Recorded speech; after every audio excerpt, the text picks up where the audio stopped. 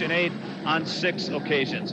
Well, the section not only has produced some great teams, but also produced a number of great players who have gone on to the National Hockey League, like the Broughton brothers and Butzy Eriksson and Dave Christian, and of course, Henry Boucha. Even though his NHL career was cut short, many in northern Minnesota consider that Henry Boucha is a living legend. By the time he was a bantam, Henry Boucha was the talk of northern Minnesota. Many knew he had special talents.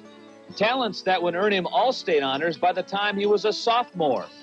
By his senior year, Henry was leading War Road into the state championship game against Edina. It was a classic David versus Goliath. Many believe War Road would have won the title had it not been for this play. Edina's Jim Knutson threw an elbow to Boucher's head, crumpling the All-Stater to the ice. Caught me with his elbow in my ear and shoved my head up against the glass, but it broke my eardrum. So I lost my equilibrium. The floor looked like this, or the ice, once I did get up, and had a hole in my eardrum. War Road would lose in overtime, and Boucher would spend the next 3 days in the hospital.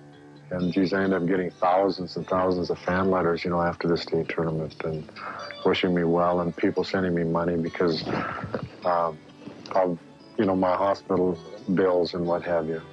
The future remained bright for Boucher. He represented the USA in the 1972 Olympics, winning a silver medal. Following the Olympics, a childhood dream came true. He signed a pro contract. He would spend the next 3 years with Detroit and later be traded to the North Stars. In February of 1975, Boucher's career would suffer an ugly setback.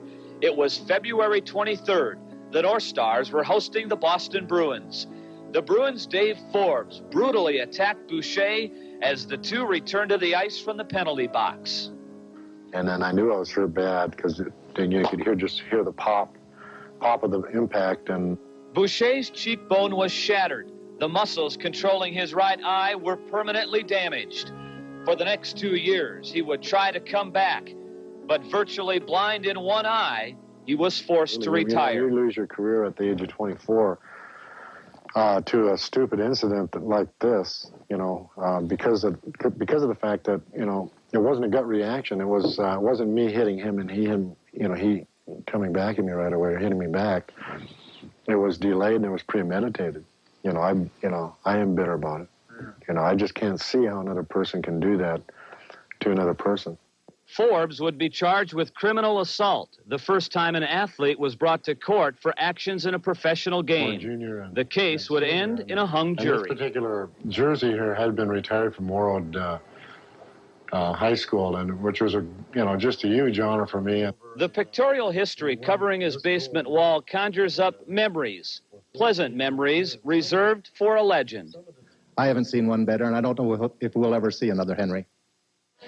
Well, that's Dale Telly. Dale was an assistant coach back in Henry's playing days, back in the late 1960s. Henry Boucher was more than a great hockey player. He was a great all-around athlete. He was recruited by Notre Dame to play football for the Fighting Irish. He was also recruited by the University of Minnesota for football, hockey, and baseball. Henry Boucher, indeed, a living legend in Section 8 hockey.